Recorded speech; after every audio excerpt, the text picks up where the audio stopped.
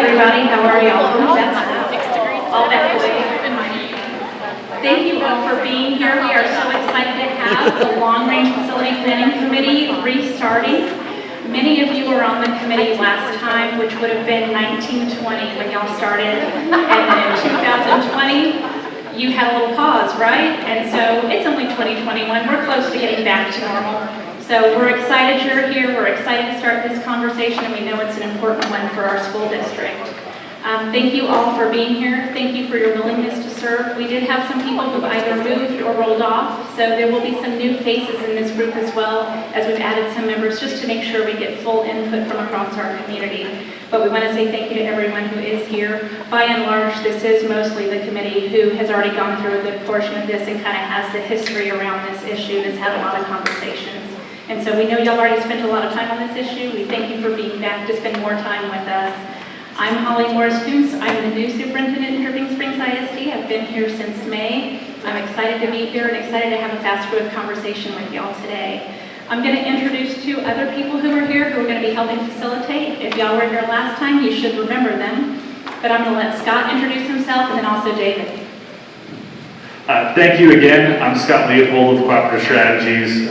What we really should have done is put meeting number 1 again. I've got David with me here. He'll kind of be jumping around in the conversations. He can kind of help answer questions and stuff too as we move through this evening. Here's our overall agenda. We'll go through our welcome introduction. Since it's been almost 18 months since we've met, I want to go through the exercise of everybody kind of introducing themselves to the group again.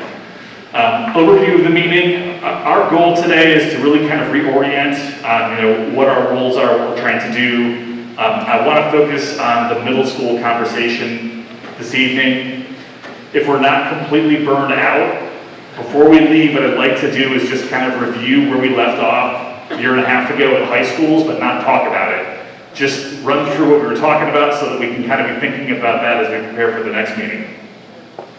We'll talk about our current situation, what's changed, what's our updated timeline. Then we'll get into that middle school conversation. We've been talking about some kind of tactical things this year relative to the Sycamore Springs site.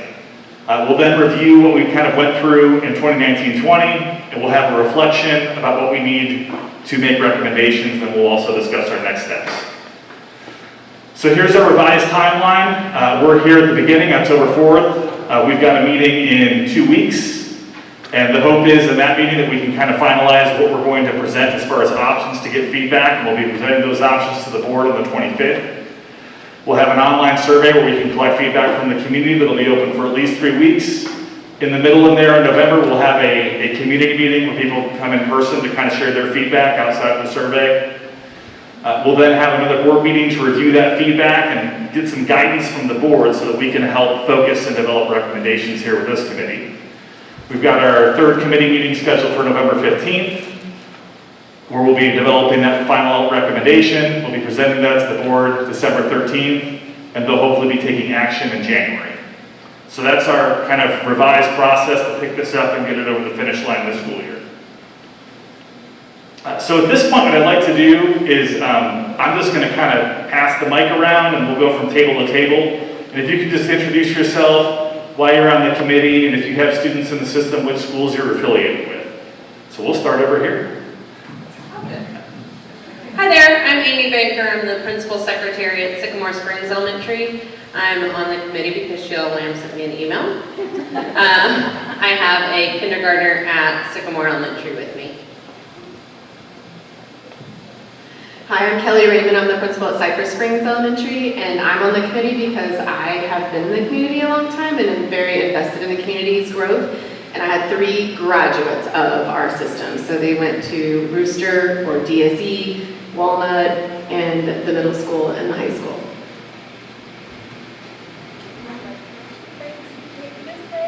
Hi, I'm Karen Tiller. I'm the facilitator of learning and innovation here at the high school.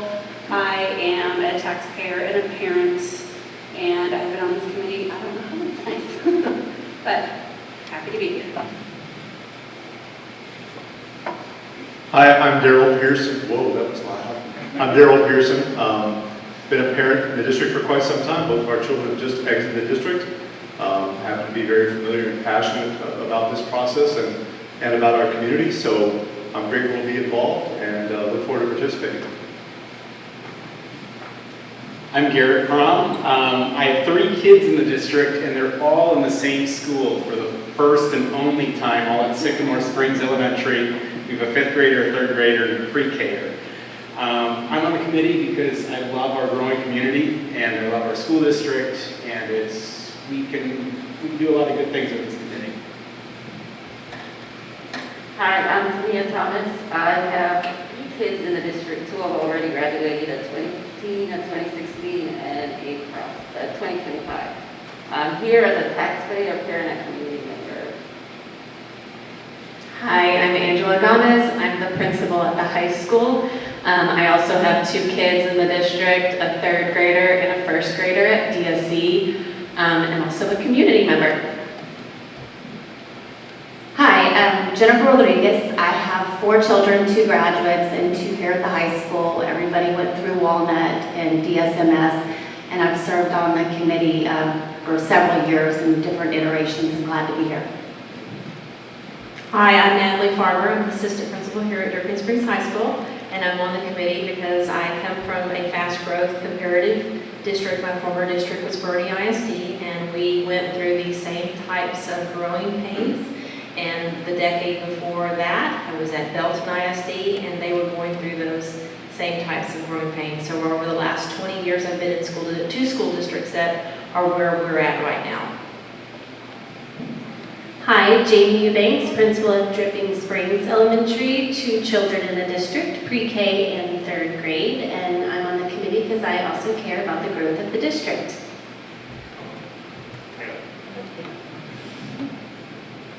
I'm John Adams. I'm a teacher here at Dripping Springs.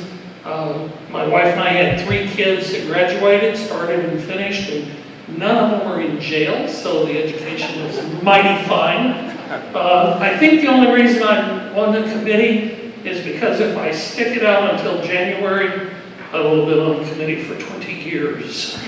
And I think it'll be time to quit. I'm Steve Novickus, the principal at Rooster Springs Elementary, and one of John's daughters teaches at Rooster Springs Elementary, so I get to see her every day. And I'm excited to be on the committee, just to be part of the conversation because of the fast growth and just kind of see where this committee, where recommendations land. And I have 3 kids in the community. I have 2 students at Sycamore Springs Elementary and 1 at Rooster. Hi, I'm Kent Willis. This is my 2nd stint on this committee. I've got 1 more to get out of the district, 2 graduates, 1's a junior in high school. I think my kids have gone to every single school in this district with the exception of the new one of Cypress. So we've hit all of it. That's the only one we didn't hit. So looking forward to helping out. Rachel Station. I'm a parent, community member. I sit on a few PTAs from town. And I actually lived in a fast growth district too. It's the boogeyman for Texas ISD. So it's concerning when I see things happening here because we don't want to be like that. Hi, Misty Maxwell. I'm the facilitator of learning and innovation at Sycamore Springs Middle School. I have 2 kiddos currently here at the high school. And my daughter was at SSE and SSMS, and now she's here. And community member, taxpayer, all those good kind of things as well. Hello, I'm Jeremy Lopez, and I have 3 students in the district, 2 here at the high school and 1 at Walnut Elementary. And I'm here because I want to be part of the committee that helps continue to produce the rapid growth in the district and just help out. Hi, I am Carrie Potter. I'm a gifted and talented specialist here, and I serve 3 elementary schools. So I travel during the week. I have 2 students, 1 recent graduate from May and a junior in high school here at Dripping Springs High School. I've been on the committee for a really long time, I feel like forever. But I'm super invested in the community. Just my family lives here, we're community members. I teach here, so it's important to me to see the best things for our kids. Hi, I'm Lori Broughton. I am a community member. My husband and I retired here. And I retired as a principal from a very high growth district and also as a principal in another district that was a one high school town, 5 elementaries, 2 middle schools. And I saw what happened and had the experience when the growth hits and what happens to the small town when you become a 2 high school town. Hi, I'm Brandon Henry. I'm the assistant principal at Dripping Springs Middle School, and I have 3 kids in the district. I have a 7th grader, 2nd grader, and a kid in the CDC. I grew up here, and so I think it's important to get to be a part of the conversation of seeing our town grow. I'm Caroline Rogers. I'm the facilitator of learning and innovation at Rooster Springs. Taught at DSE for 11 years, went to school here, also graduated from DSHS. And I have 2 kids, 2nd grader at DSE and a pre-K-er at DSE. So I am super invested in this community. My family still lives here, and I'm excited to be a part of the process. Hi, I'm Lindsay Henry. I'm a kindergarten teacher at Cypress. I've been a teacher here this will be my 4th year, and I just know a lot of the decisions that we're going to talk about are going to affect my students and their families, so I feel very glad to be a part of the conversation. Hi, I'm Amanda Miyamoto. I have been in the district as a parent and community member for going on 11 years now. I have a 8th grader at Sycamore Springs Middle School and a graduating senior, woo-hoo, and also sit on a couple of PTA boards with Ms. Seishan up there. I'm Jenny Wilcox. I've got a 2014 graduate and a daughter that's a sophomore here at the high school. I grew up in Austin. I'm an Austin native. Graduated from Westlake when Westlake looked a lot like what we look like right now. And we're just really, my husband and I are very committed to the community, and I'm excited to be a part of this. I'm Kristen Hearn. I am a parent. I have a 2019 graduate. I have 2 here at the high school. I'm also a concerned taxpayer. I've also served on PTA, Booster Club, supported all of the extracurriculars that my kids are in, so I've been very supportive of the district. I'm really here to represent those taxpayers that feel like they're not represented as far as responsible growth and really just being a voice for them.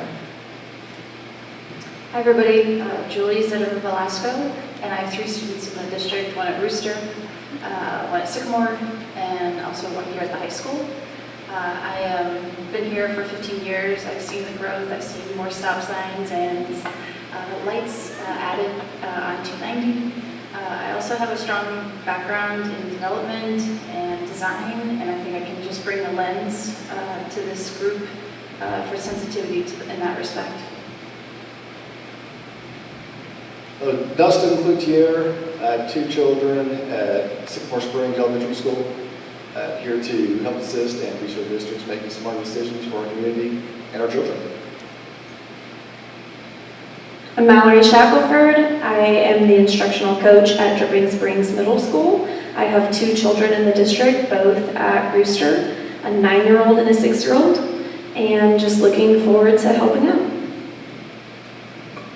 Hi, my name is Maureen Jamel, and I'm one of the assistant principals here at the high school. I've been in the district since 2006, and both of my children graduated. I've been a part of this committee for a while, and I continue to serve on this committee because I think it's really important to put in the work to help develop our district and the schools and the facilities that we're putting in here, and just to support the growth that's going on.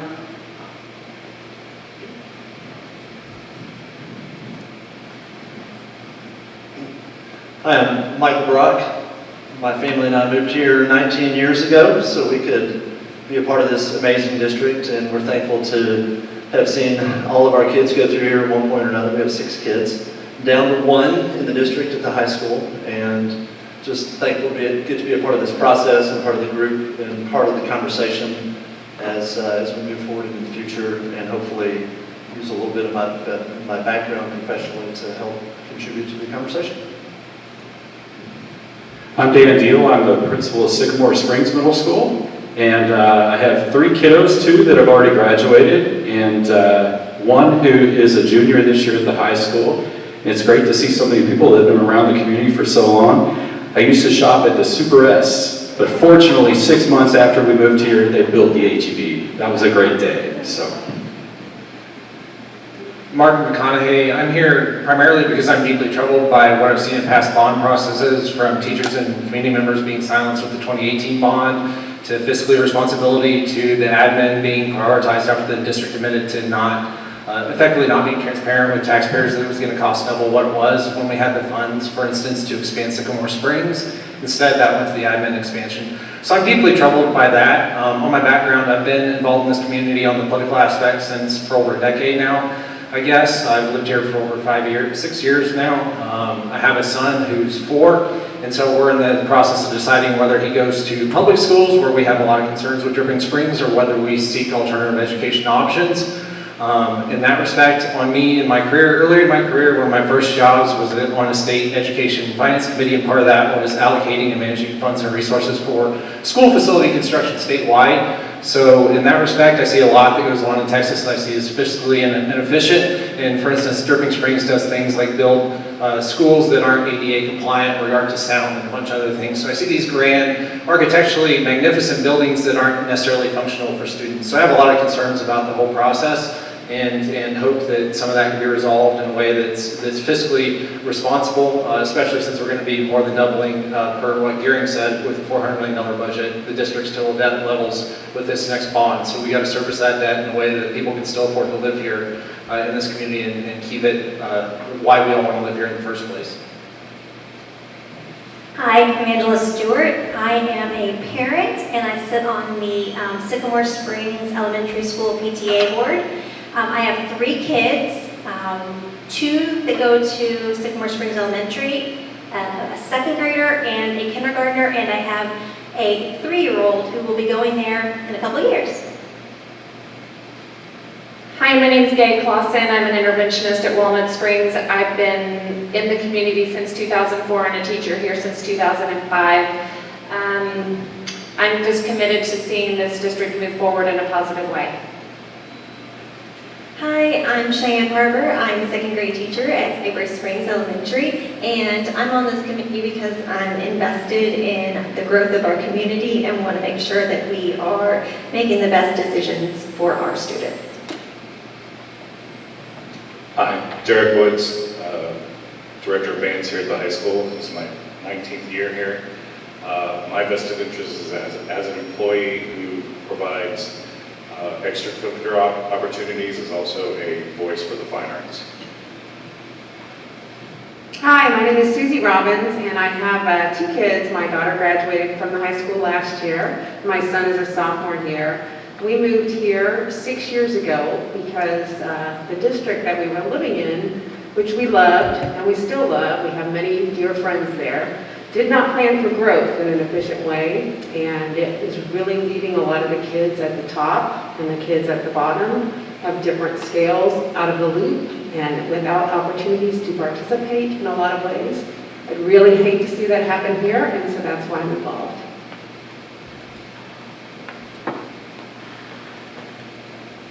Okay, thank you. Did we miss anybody? And I know a couple of stragglers came in. Okay. So just to review our original process, we began our planning back in late 2019. We had 3 meetings as a committee. The last one was May 14, 2020 via Zoom, and the process was paused due to the pandemic. These are just kind of our original group norms, the charge of the committee, those types of things. These are unchanged. These are pulled directly from that presentation that is available online from that last meeting that we had. Just the high-level points here. This is an advisory committee to the board. It has the task of developing long-range facility recommendations to meet the needs of this fast-growth district. School facilities are planned and built with an expectation to last 50 to 75 years or more, and they reflect the values of the community they serve. Facility considerations will include advising the board on the number of new campuses needed and by when, recommended classroom and instructional additions, other support spaces such as fine arts, athletics, and other extracurriculars, ancillary spaces such as administration, transportation, technology, and other support functions, land needs to accommodate future facilities, potential renovations or improvements to existing facilities and infrastructure based on assessment provided by the district, recommendations for facility needs for the next 5 years, and to make a presentation to the board for their consideration as early as June of 2020. And again, this is the original goal that we had from that process that we paused due to the pandemic. Expected results, again, assessing the current facilities, utilizing facility assessment data and other information provided by the district to identify any areas needing renovation or replacement, including infrastructure, assessing future land needs. So committee parameters, committee will investigate best practices for school facilities to meet future education needs. The committee will use demographic, facility assessment, capacity assessment, curricular, and other information provided by the district. The committee will not make specific location recommendations for facilities, but they can make recommendations as to the most advantageous area for facilities to be located. And level of authority, this is an advisory committee to the board.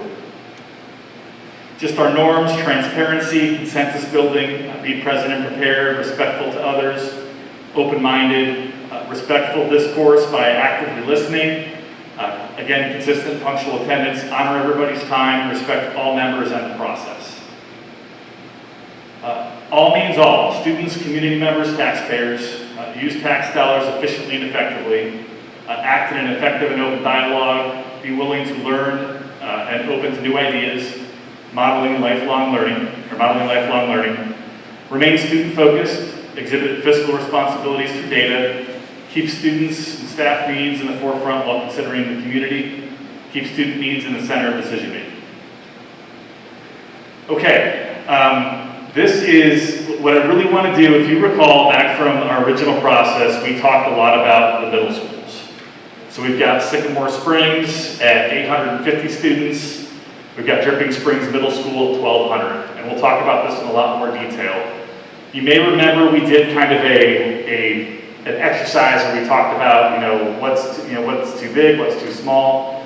What I really wanted to do was just kind of take everybody's temperature on this before we start reviewing that data so that we can see how it's changed.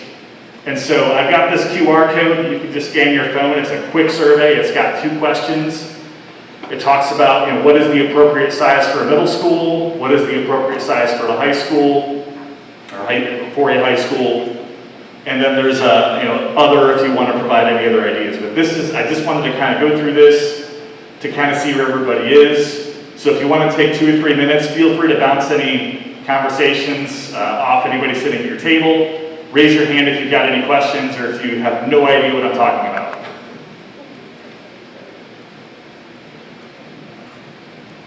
You guys are very quiet and attentive.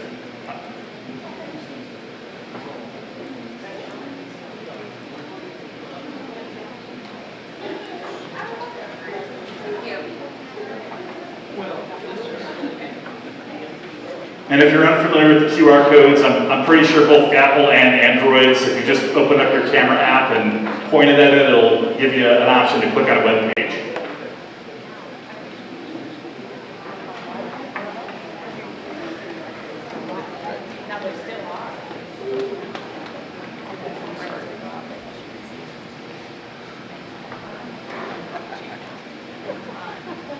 There's a link right there. And if you can't get the there is a link right there at surveymonkey.com/r/DSsize1. So here's a hint.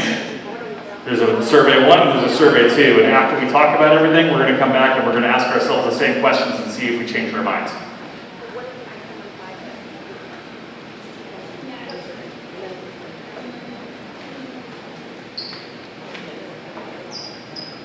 Okay, has everybody taken the code? So I'll put SurveyMonkey up so we can get instant gratification. Okay, does anybody still need the QR code? Okay.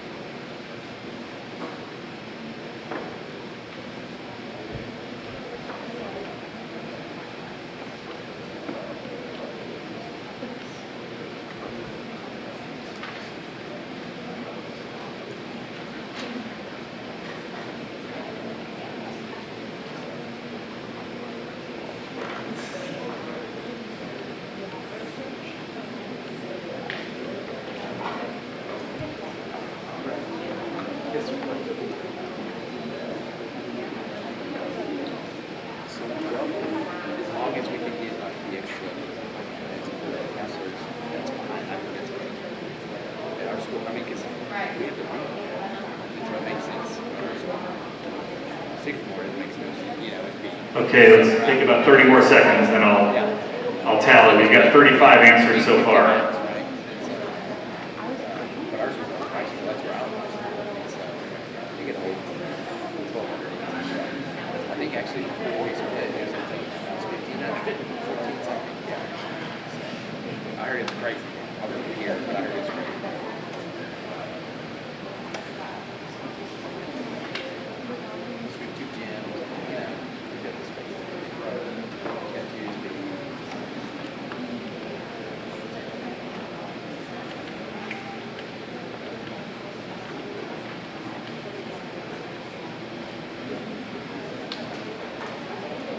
Okay, I think that's pretty close. We'll check it again here in a little bit, but let me jump over. I thought I was sharing.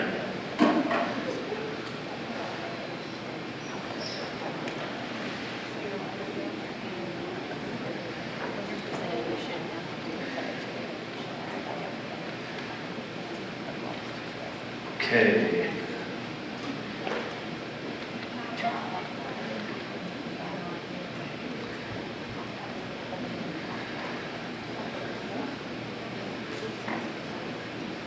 Okay, we're split again.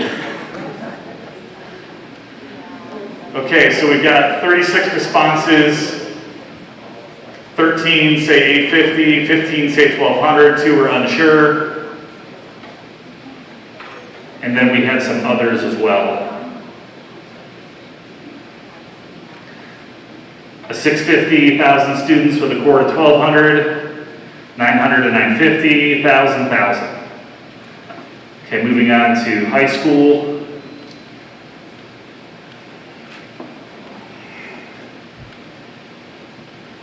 %, or 13 of you say 2,500, 10 or 3,000, 7 or 3,500, 1 4,000, 1 5,000, 3 below 2,500, and we've got another. Okay, so overall, kind of focused on those high school sizes that are similar to what we have here, with some flexibility to go a little higher. Okay, let's go back to the survey, or the PowerPoint.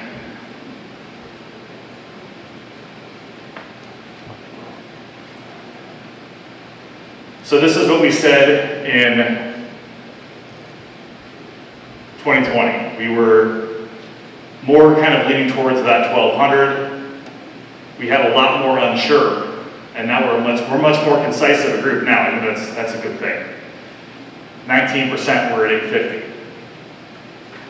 Now our high school exercise that we did was a little different. We kind of had that, what's too big, what's too small. On this survey, I just try to keep it simple and say, what do you think is appropriate? And I think that we're pretty much in alignment with where we were. I don't think it's really changed all that much.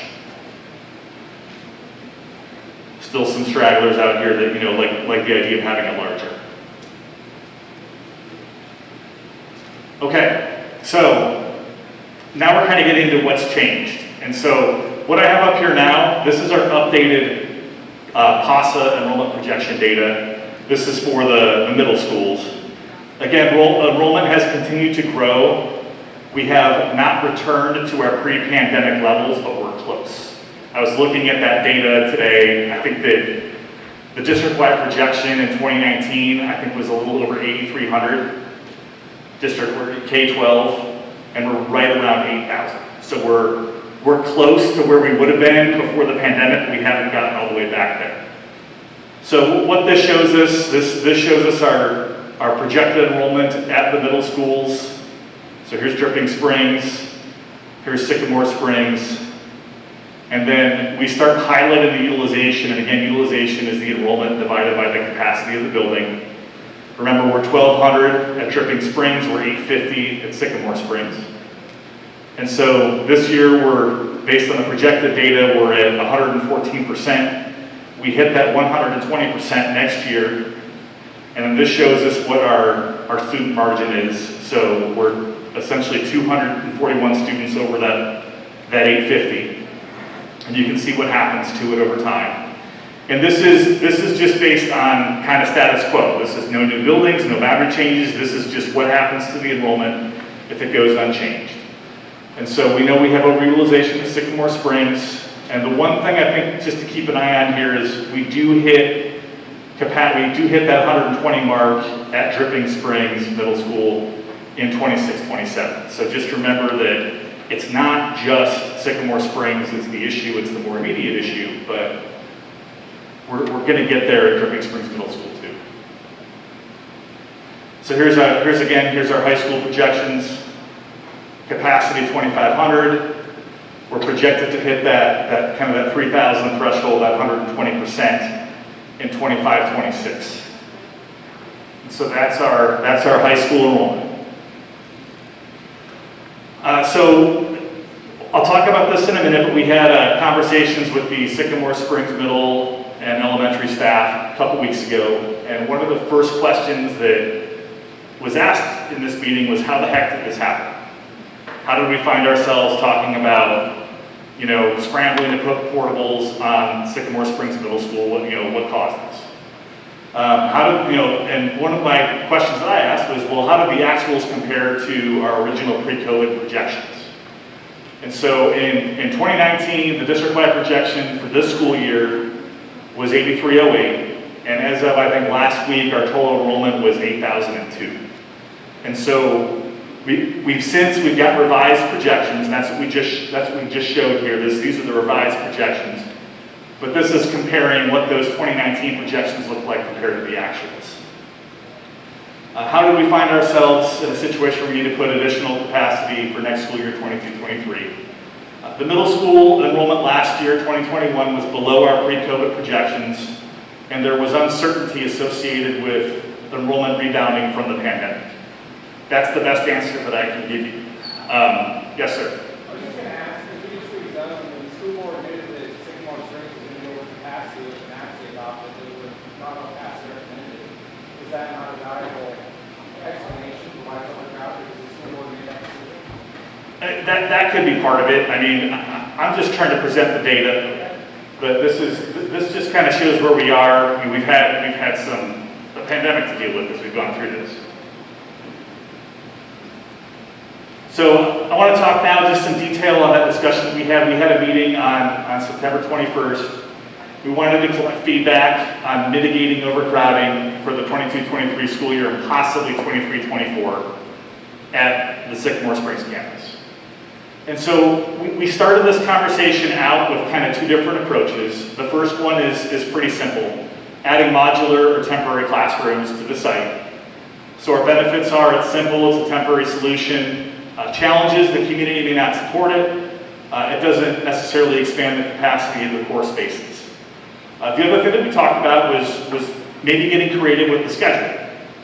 Reclaiming some building space to create some professional space for teachers so that they could plan in that space and then use the remaining classrooms more periods out of the day so that we didn't have planning in the classroom. Again, so we could keep kids in the main building.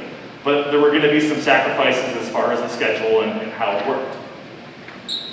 Benefits, it doesn't require the purchase of additional temporary space. Challenges, the staff may not support it. It may not, again, it doesn't expand the capacity of the core spaces, cafeteria, etc.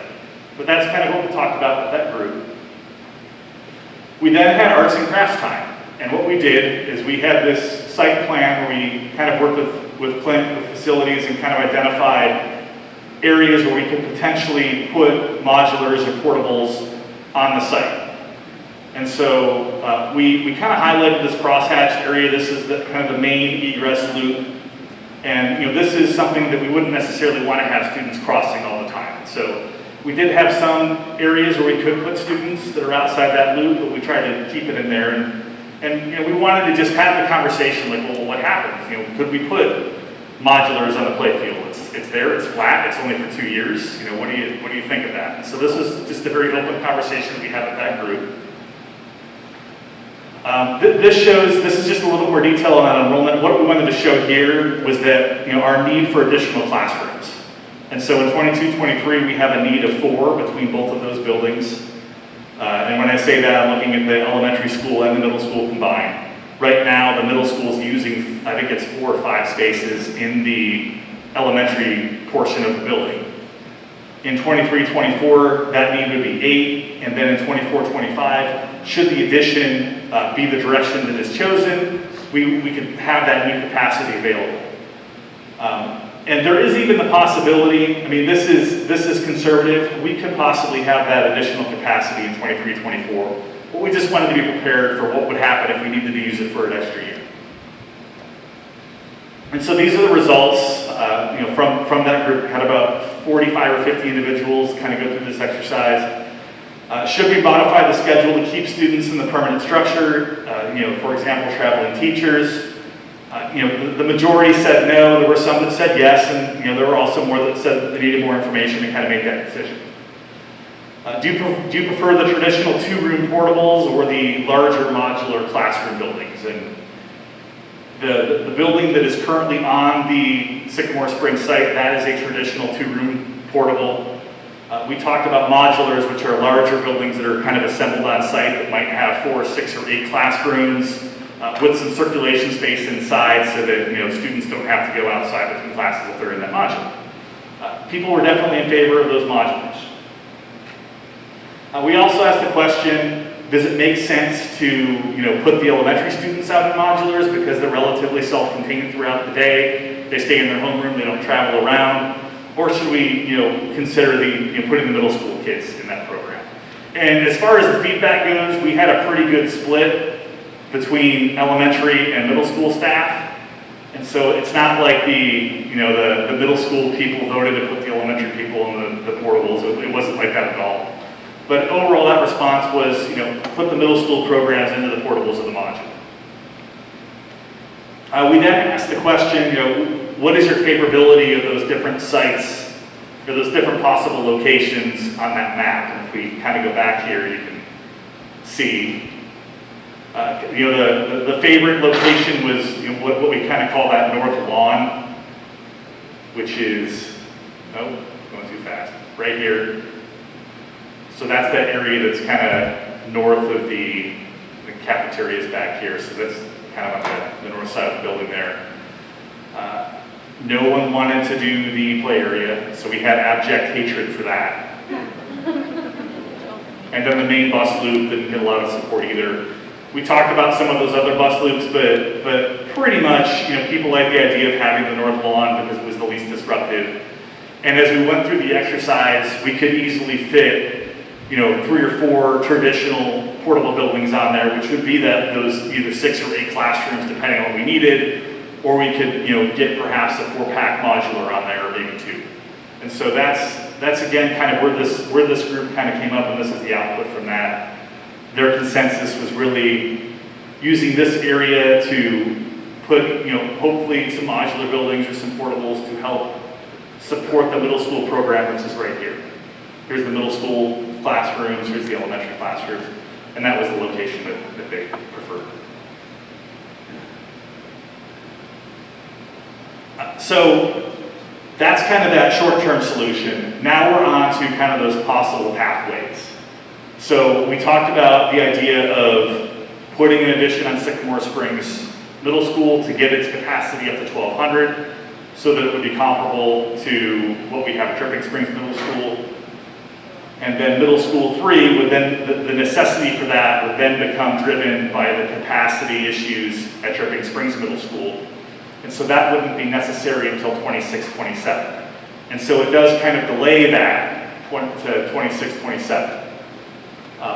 If it's chosen that we don't expand Sycamore Springs and we want to expedite Middle School 3 and only build it at 850, that capacity could be available as soon as 25-26, pending bond approval.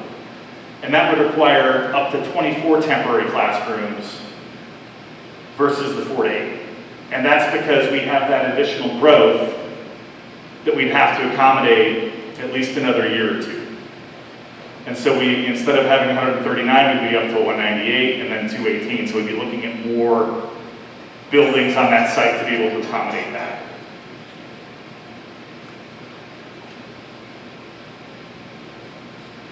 So then what we've done here is we've kind of just put together some benefits and challenges that we want to share with you.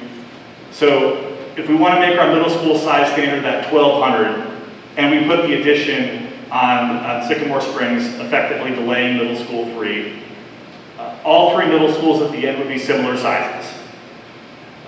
We need approximately $82 million, and that's an estimate. It's based on 2021 dollars to do the addition and middle school free.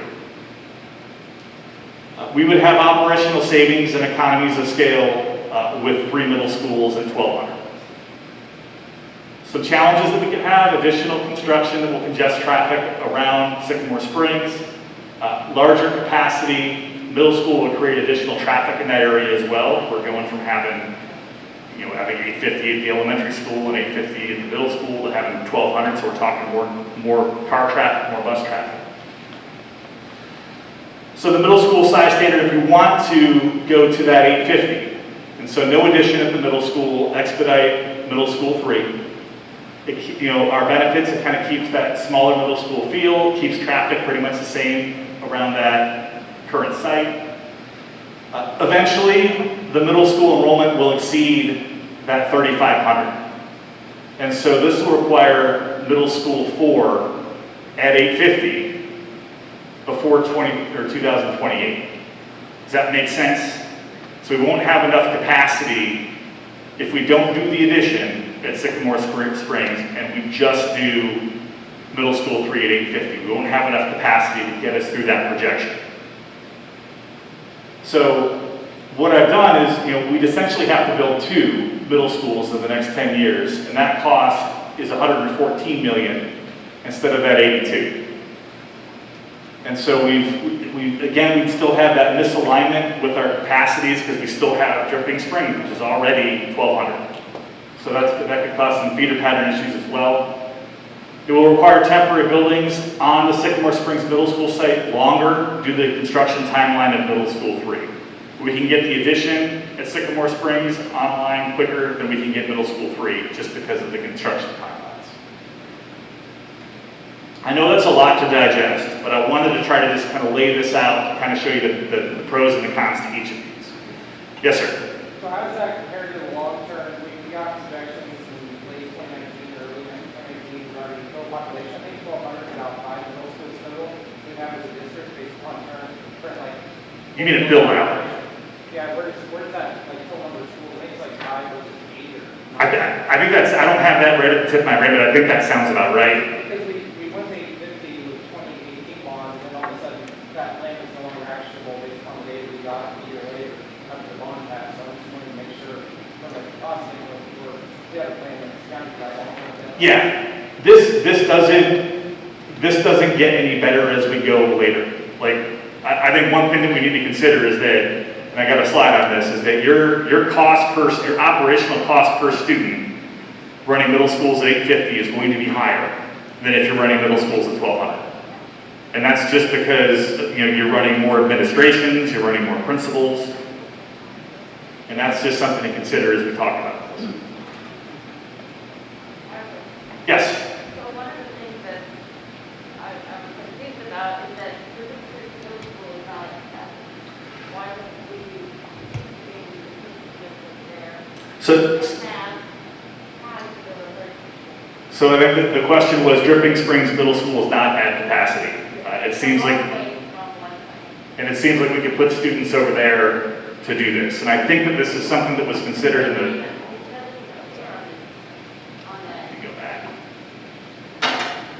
So it's at 74% this year, and it's projected to grow. Yeah. Clint, you're standing. Do you want to say something? Just that there was a lot of discussion about that throughout the attendance zoning process.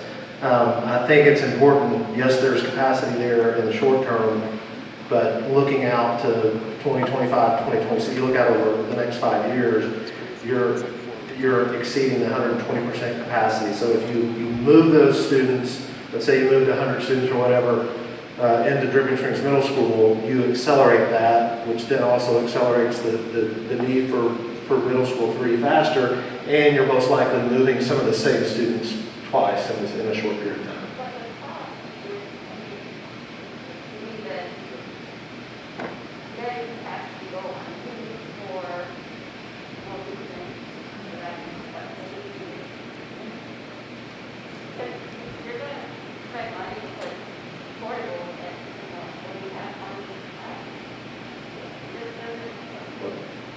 It's a balance, obviously, and potentially moving families. You may not be moving the same students. I can get that, but it doesn't seem clear enough. Yeah. It's not listed enough. So where is it that Dripping Springs is on this path? Well, but it won't be for long. But if you move more students now, then it would be reach that capacity center. Yeah.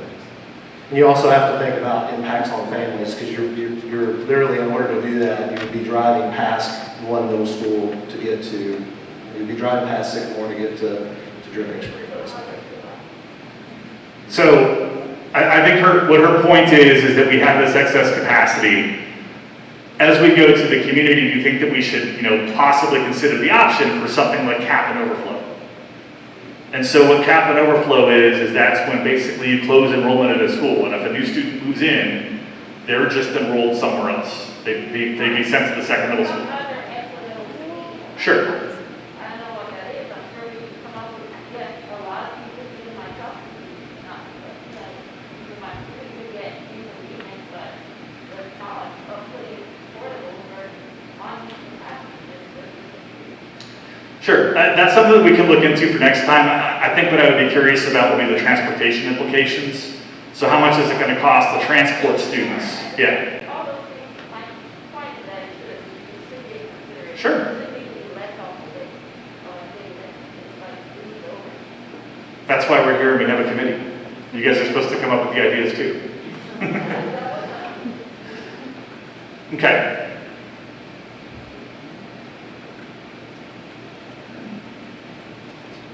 Yes. Oh, I'm sorry.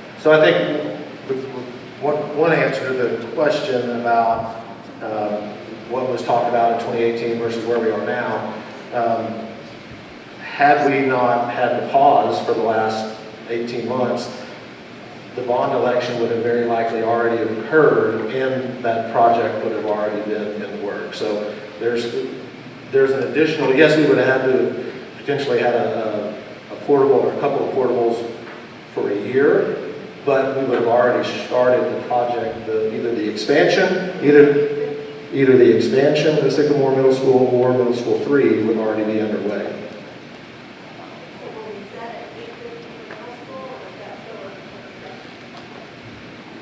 Or you say, are we still? No, that's kind of the point of the question on the survey is what's the right size?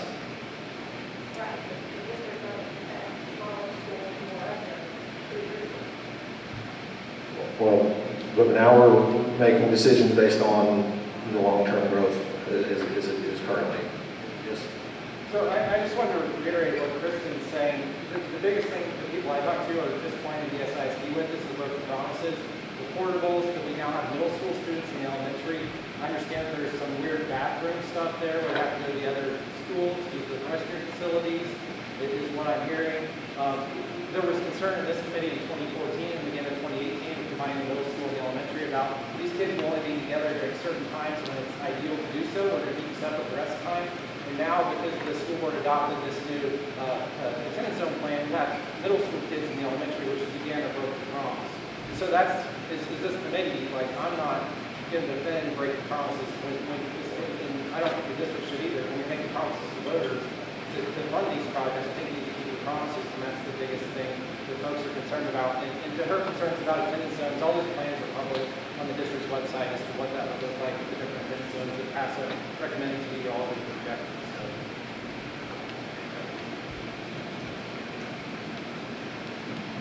Okay, so just to kind of wrap this up, just here's these points. You know, having 2 more middle schools at 850, $114 million to construct middle school 3 and middle school 4. Knowing, and again, that's in 2021 dollars, that will go up because middle school 4 is going to have cost escalation. It's going to be higher, but that's the data that we kind of have now. Comparatively, if we do the addition at Sycamore Springs and we do middle school 3 at 1,200, we're at $82 million to put that addition on and construct that 1,200 student capacity middle school. We'd have 3 to 4 years with students and up to 14 temporary classrooms at Sycamore Springs versus 1 to 2 years and 4 to 8 classrooms, depending on if it took 1 year or 2 years to get that addition built. It ends up being 39% more cost for, I think what at the end of it is 4.2% more capacity than the permanent addition in the 1,200.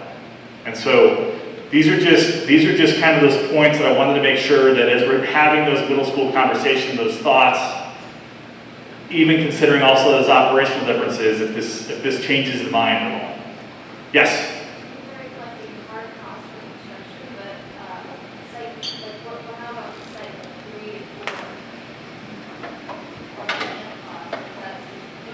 So I know we've got, I'm going to move it back to Clint to talk about the sites, sorry.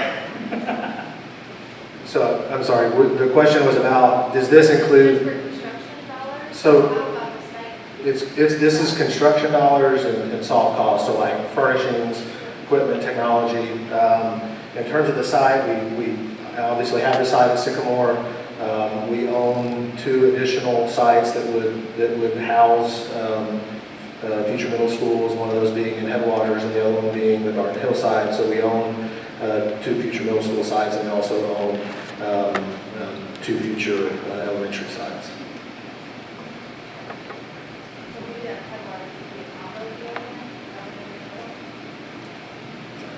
It's large enough for a combo, but it could be something similar to a Sycamore, or it could be 2 separate. You know, you have to work obviously with the site constraints as well. So, so yes, the possibility is there for a combo, but there's also large enough that you could have 2 standalone facilities. So, I think I heard you say earlier that there's some increased operational cost per capita for 1,200 student middle schools. So do you have a feel for what the percentage on that? So the question was if there's an operational cost difference between the 850 and the 1,200. The number that we kind of use nationally for just overhead operational costs, we say it's about $750,000 per year for an elementary school, and middle schools are somewhere between $1 million and $1.2 million per year. And that's just kind of those overhead operational costs, so principal, administrator, utilities, custodian. So, and there's, the teachers are relatively, you're going to have relatively the same number of teachers whether you have 850s or 1200s. It's that additional administrative overhead staff. It's that additional cost. Does that make sense? That's the difference between the 2, or that's the total cost? That's the difference. Well, the student middle school, 1,200 student middle school, is kind of a capital cost. So what I'm looking at is at end state. So basically 4 middle schools versus 3. You're going to have probably an extra $1 million or $1.2 million just an operational cost to have that 4th middle school at 850 versus the 3 at 1,200 per year, per year, per year, per year. Yes. So 3, you're looking at about $4 million. If you're looking long-term, 5 versus 8, like 3 million years up. Could be. Yeah. So like each one half million is different expense. It's about $100 in the household on average. So I think that's Sure. And that's just operational too, right? Because then you have the capital renewals. Right. So you're going to have life cycles every 10, 15, 20, 30 years. You have major systems that need to be renovated or replaced. So that's not factored into that one. And I think the big thing to consider, because the numbers that I think our estimate numbers are 850 is about 57 million, including soft costs, and the 1,200 is only about 67 million. And the reason is because you're building a whole other school of cafeteria space, gym space, field space. That's what really drives that right. I mean, there's no land in that number. So, again, we just wanted to share this information to see if it helps inform that conversation at all. So does the district currently have a recommendation? I know that Wellman said that 1,200 was an ideal size of school. I guess it was 30% since then. But our last recommendation from an expert in the district was 1,200 is a great size of schools. So I wondered if that was still the district's position or if that's changed as well. I think at this point, we're just trying to have conversation in the committee. So who had? Sure. Does that take into account, like, if you're increasing the size of Sycamore Middle, does that take into account the cafeteria and the extra things that they're going to need as they increase their population? Is that just classroom space, or does that also take into account other areas as well? There are some other areas that are kind of targeted for expansion. I don't know, Clint, do you want to talk that a little bit? Like, I can go back to that map. Yeah, I mean, it addresses, that number would address classroom expansion. It would address some additional spaces for, as you grow, and, some additional elective classes, and then also the one core space that from talking with the campus principal on numerous occasions would be needing to increase the size of the cafeteria by, like probably a couple thousand square feet so that you could comfortably house.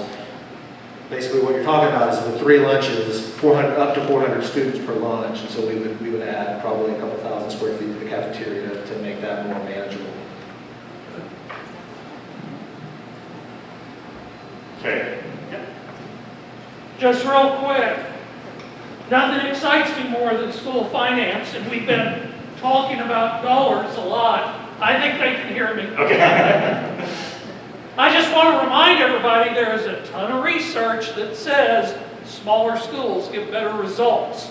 I don't want to forget, we're doing this for the kids, and I don't want to get wrapped around the axle on money right now. It's important, but in the back of your heads, I want you to remember as we go through the next few meetings, smaller schools get better results with students. Plenty of research on that point. Okay.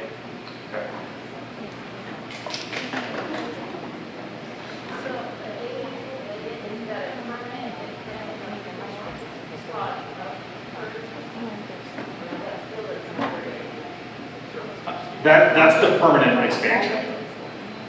It doesn't, the modular dollars, the temporary dollars aren't in there, but compared to the overall construction cost of the, like I think the number we have for the addition of that expansion is like 15 million. Correct. Okay. So given this updated information, so this is going to take you to the exact same survey, but it's a different collector, so I can filter it and we can compare to see if it's changed.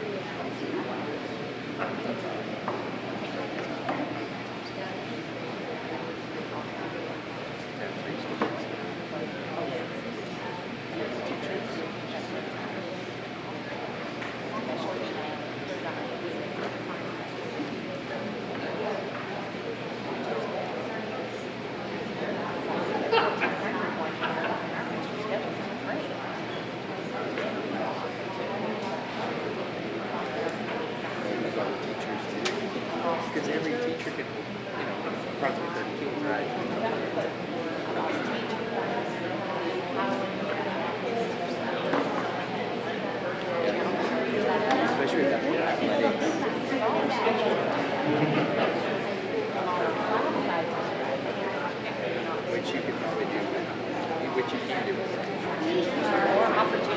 Well, I want to see what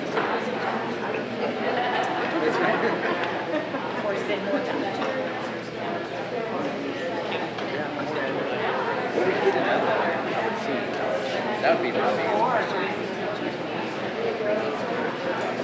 Okay, does anybody need more time? Yeah, right. Okay.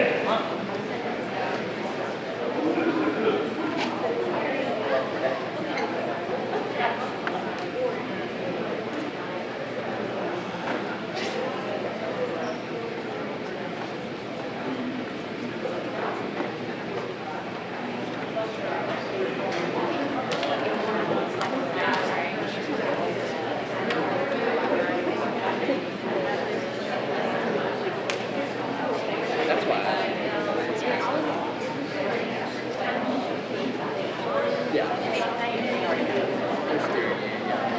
Okay, here's where we were. About 41%, 1,200, 36%, 850.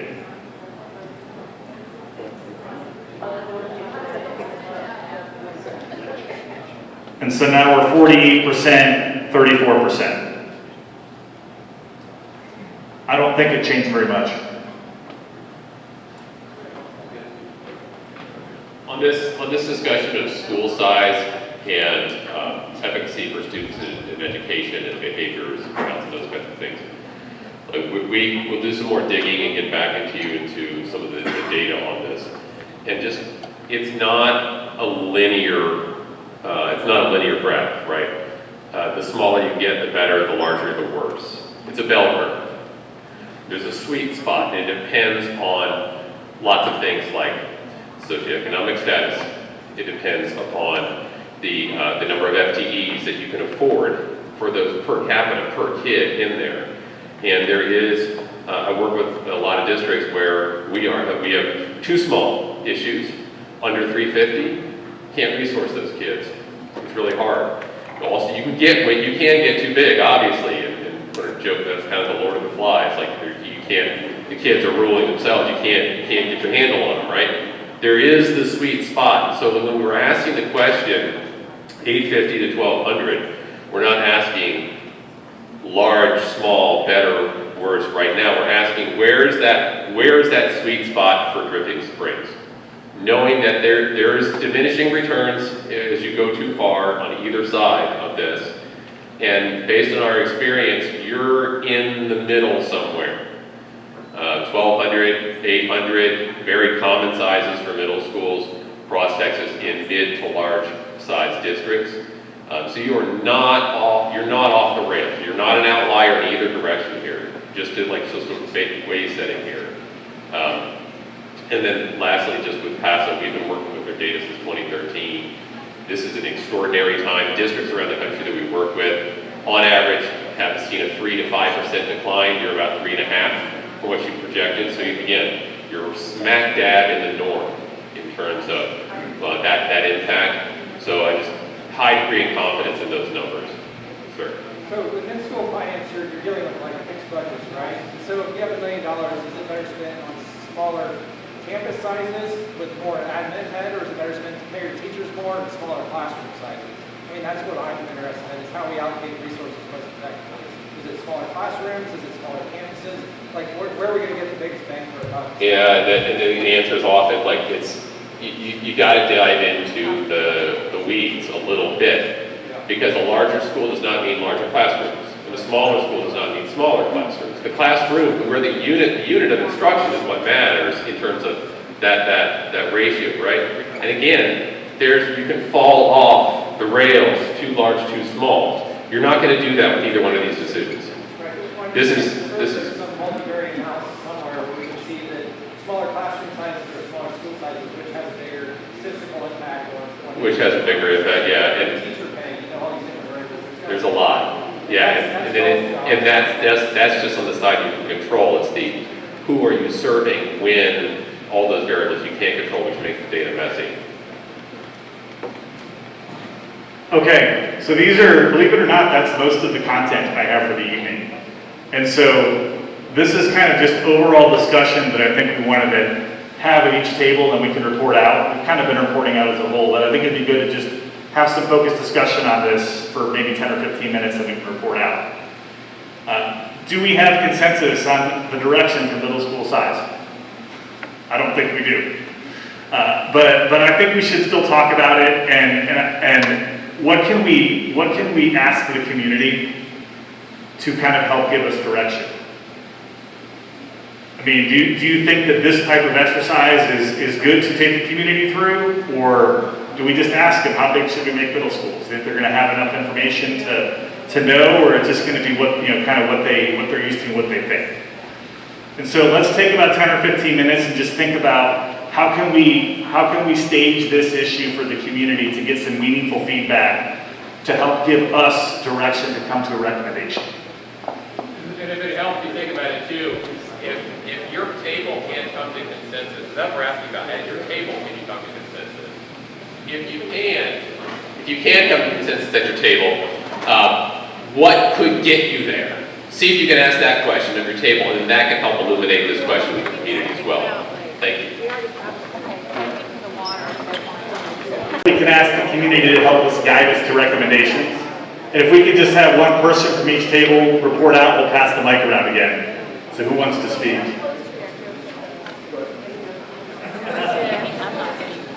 So I think we're mostly in consensus that the 1200 student chemistry be fine, given that the classroom sizes are so reasonable, and that's part of this big equation, obviously, right? As far as what we would like the community's feedback on, I think it's very important to keep it minimal to two options. It's either option A or option B. Otherwise, I don't think you'd be able to dissect all the different responses and make sense of it. And it's obviously to simplify what the community's responses can come back with. Okay. Okay.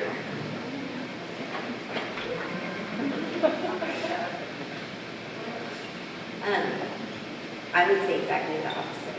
I think you need to give them maybe not tons of choices, but some choices so that you get real feedback about what they really think instead of being given a really limited choice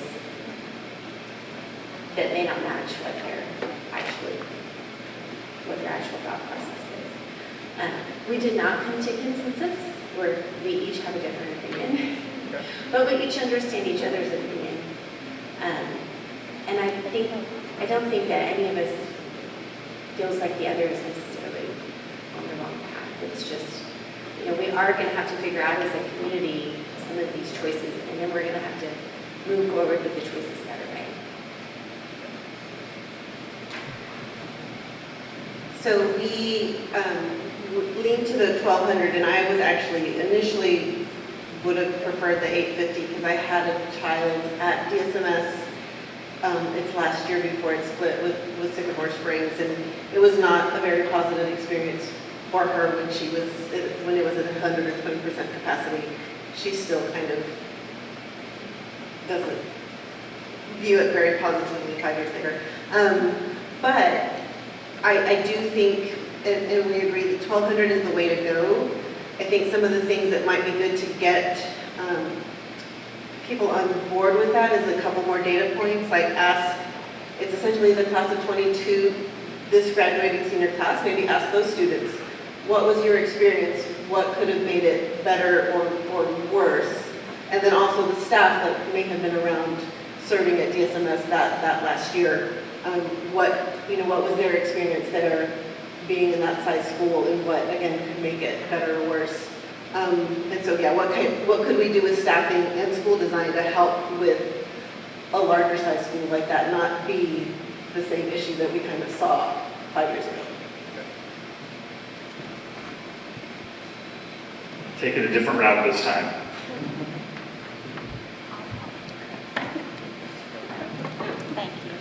So we ended up coming to a consensus that the larger school size would work at 1,200, but if we made sure that that was our max, around 1,200, that's a sweet spot.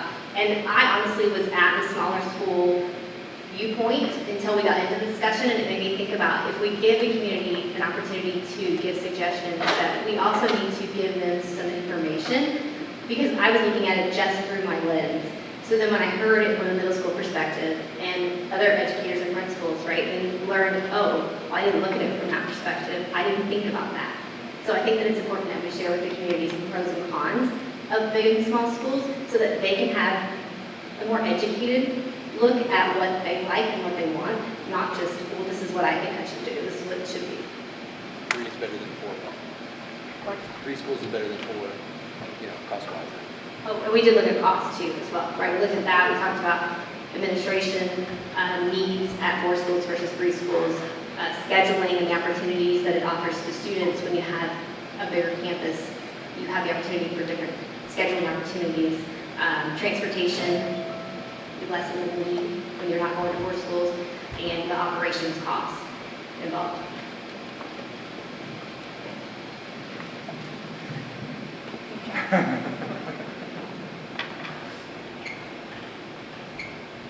Were we the only ones that you gave the... I'm sorry? Were we the only ones that you gave the idea? Yeah, you were the only ones. Oh, then we're gonna be the bad guys, I guess, because Sycamore Middle School as it stands, we don't think is a good place to have 1,200 because there's no way to expand the library and the cafeteria. When you walk that school right now, those children have no time to eat lunch because it takes so much time to get through. There's nowhere for them to walk.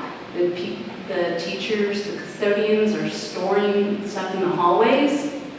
There's nowhere for there's teachers and classes in storage closets.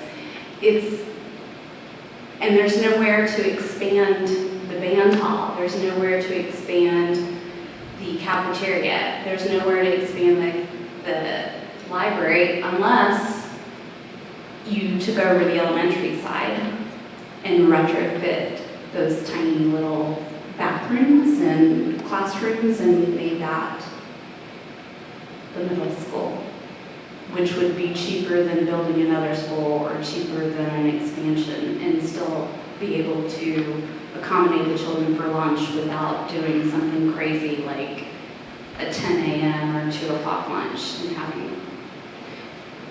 So it's not a great solution, but I think that if you just expanded the classrooms on that north lawn, that's not going to cut it for those kids for lunch and for the CLNI and for all their other activities.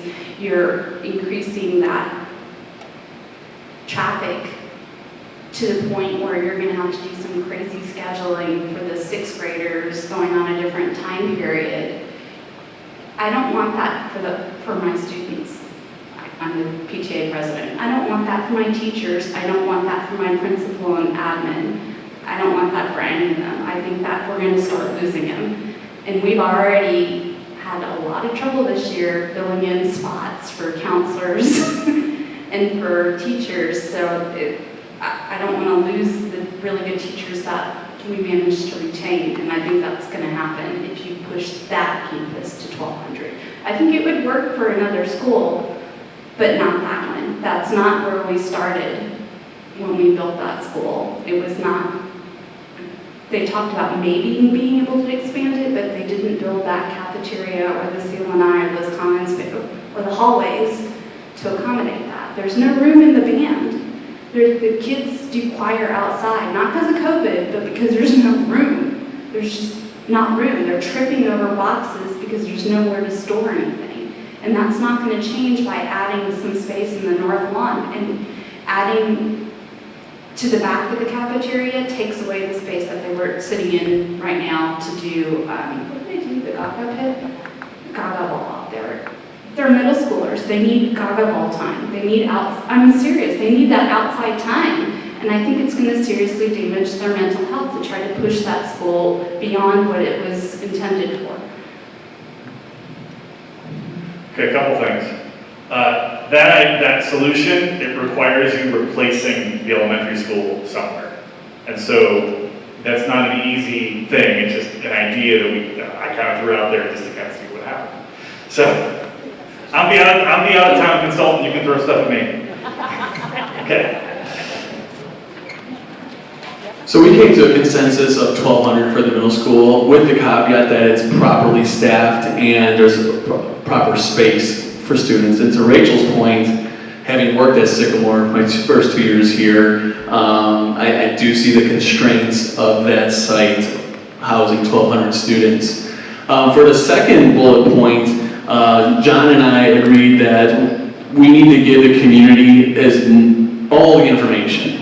All the fine print, all the information on how everything is calculated, and it's up to the community members to do their research and read through it.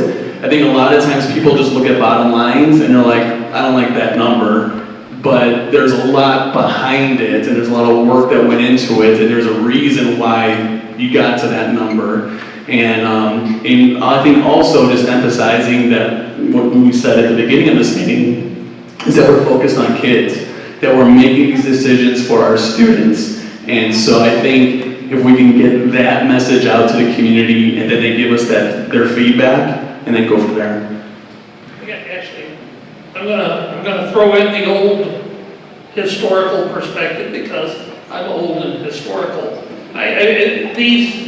The number 850 has history behind it.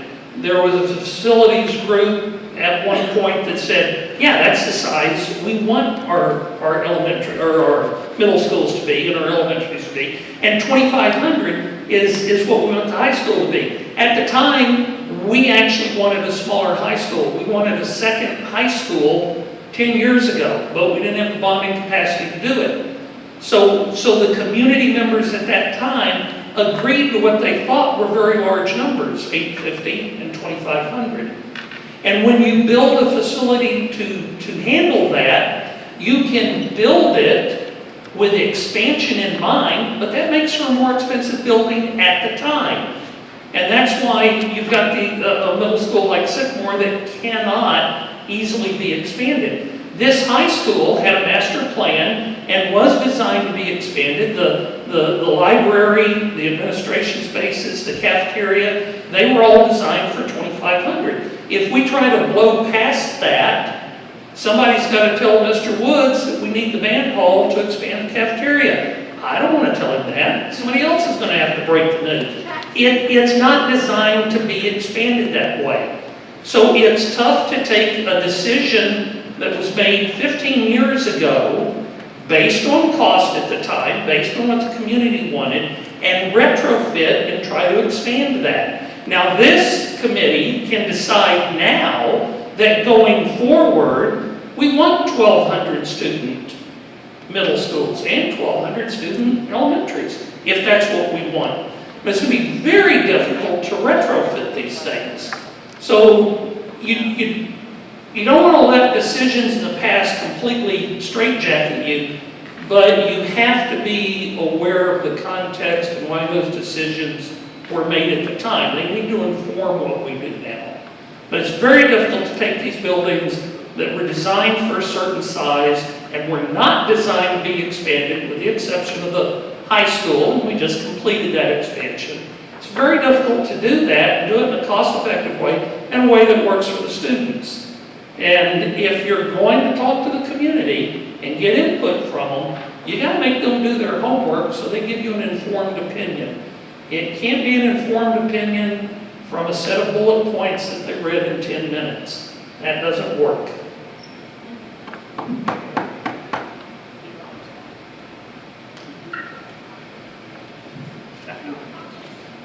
We were able to come to consensus. And I think it was because we all came with a different lens, a parent, an elementary and a high school. And when we first sat down and talked about it, we talked about kind of the way that we voted the first time and second. And one of the things that I think we came out with is we do have to provide the community with information. We just can't say, what do you think is better, 650, 850, 1,200? And one of the things that changed mine, I was one of the person that said 1,000 for a middle school. But when Ms. Eubanks over here is elementary is sitting at 880. If we're running our elementaries at 880, then 1200 does make sense. And so we kind of talked about that and where our elementary sit and where your middle school sits. So I think it's important that the people that we're asking in this community, they need those type of numbers to look at. And we thought that that was kind of powerful when we saw that, just little pieces of information, because sometimes I think you can overload with information, but giving them the data that's out there, that's true, tried, transparent, and then let them make their own informed decisions. So we were able to come to a consensus. I'm very proud of our group.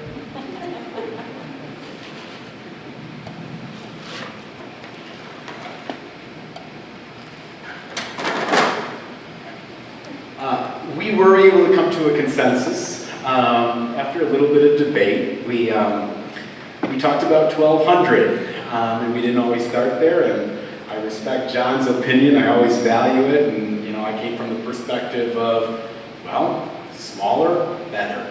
But we did. We also recognize that there are significant operational cost savings associated with being at 1,200 without necessarily sacrificing too much classroom instruction, fully funding everything, or fully staffing everything.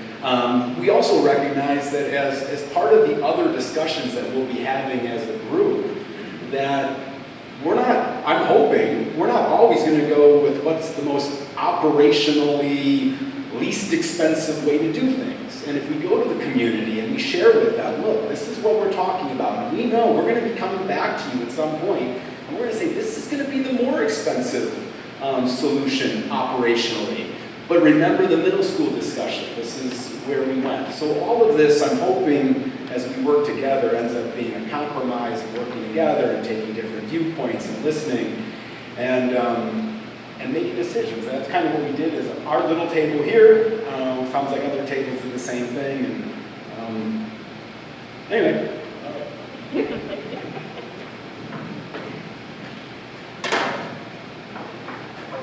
Our table was also able to come to a consensus. We started from the vantage point of what's really important in determining the weighting factors in determining the size of a campus.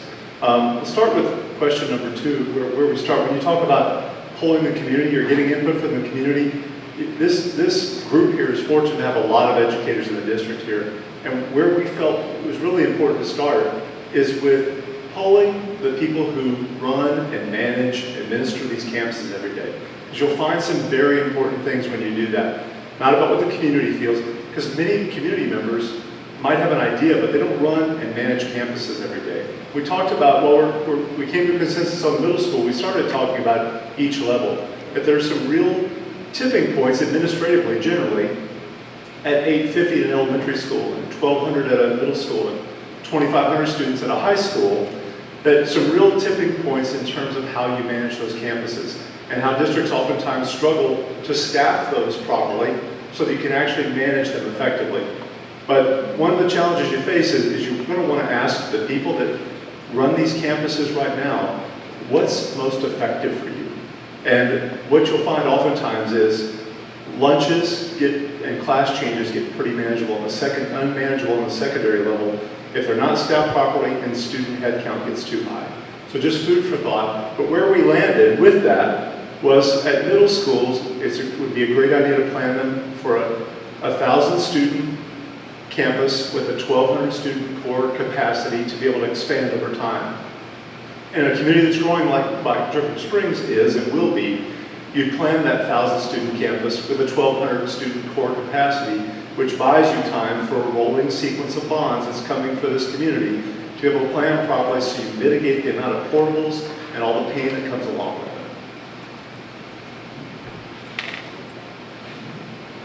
You guys start.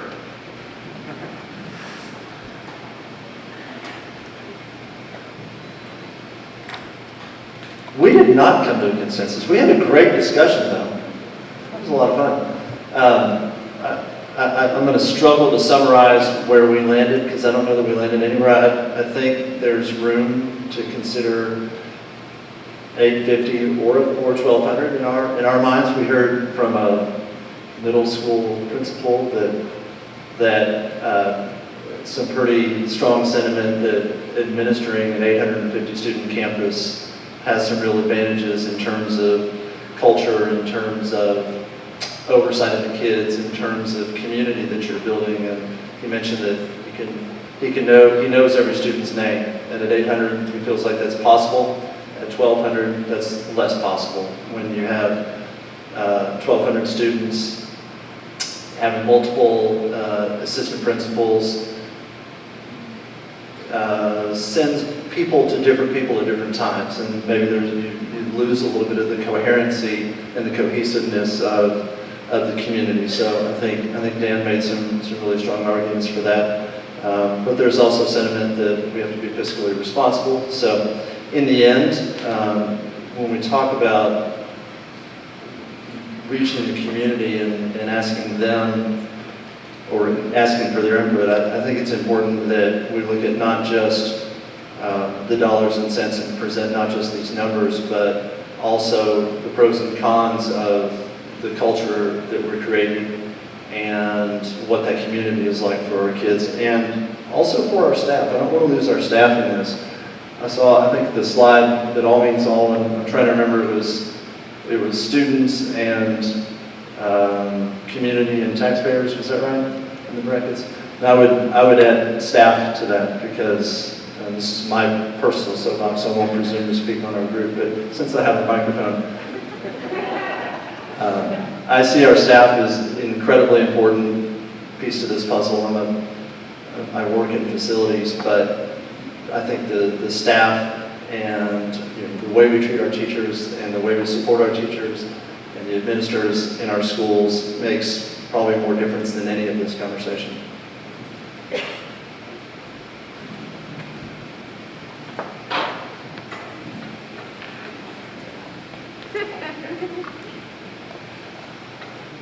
We did come to a consensus. It was the 1200. I think this group over here gave some interesting information, as did Mr. Adams' group over here. Our discussion was some opportunities for as many kids as possible to excel at the different activities that can be provided. I don't know why I'm feeding back into the else. I'm an electric personality or something.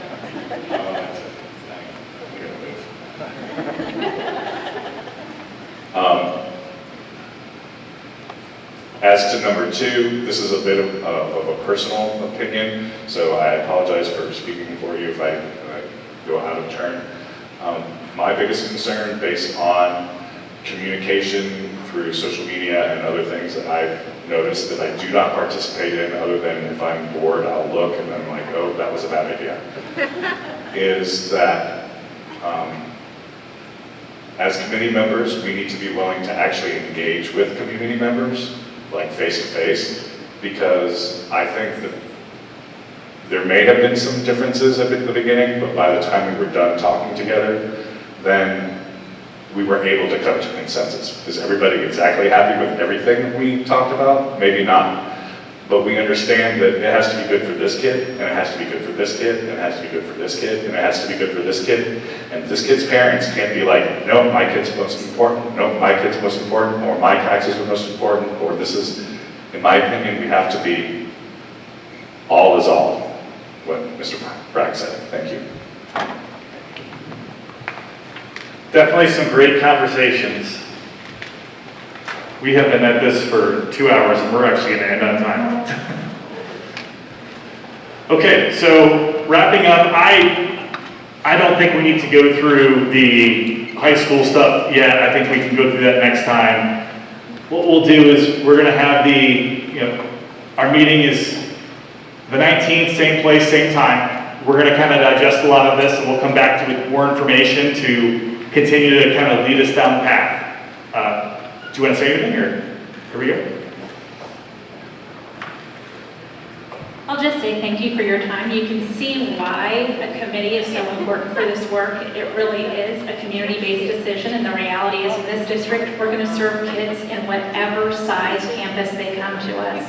And so it doesn't matter if it's a small campus or it's a big campus, we're ready to serve your children and excited about that opportunity. I think it's important that we have this conversation with our community. So I would reiterate what Mr. Wood said, if you will go out and be ambassadors for the conversation, help other people understand and hear the conversation at your table and be a part of that, so that at the point that we're ready to engage our community, they're really hearing that we really are having a dialogue and that we really are open to whatever's the right answer for our community, and that we're going to do that together in this room of 50 some odd people. And that really is the best way for us to come to a decision, is for us to go out and share, for y'all to bring back what you're hearing, and for us to have more conversation about that so we can land at just the right place for Dripping Springs.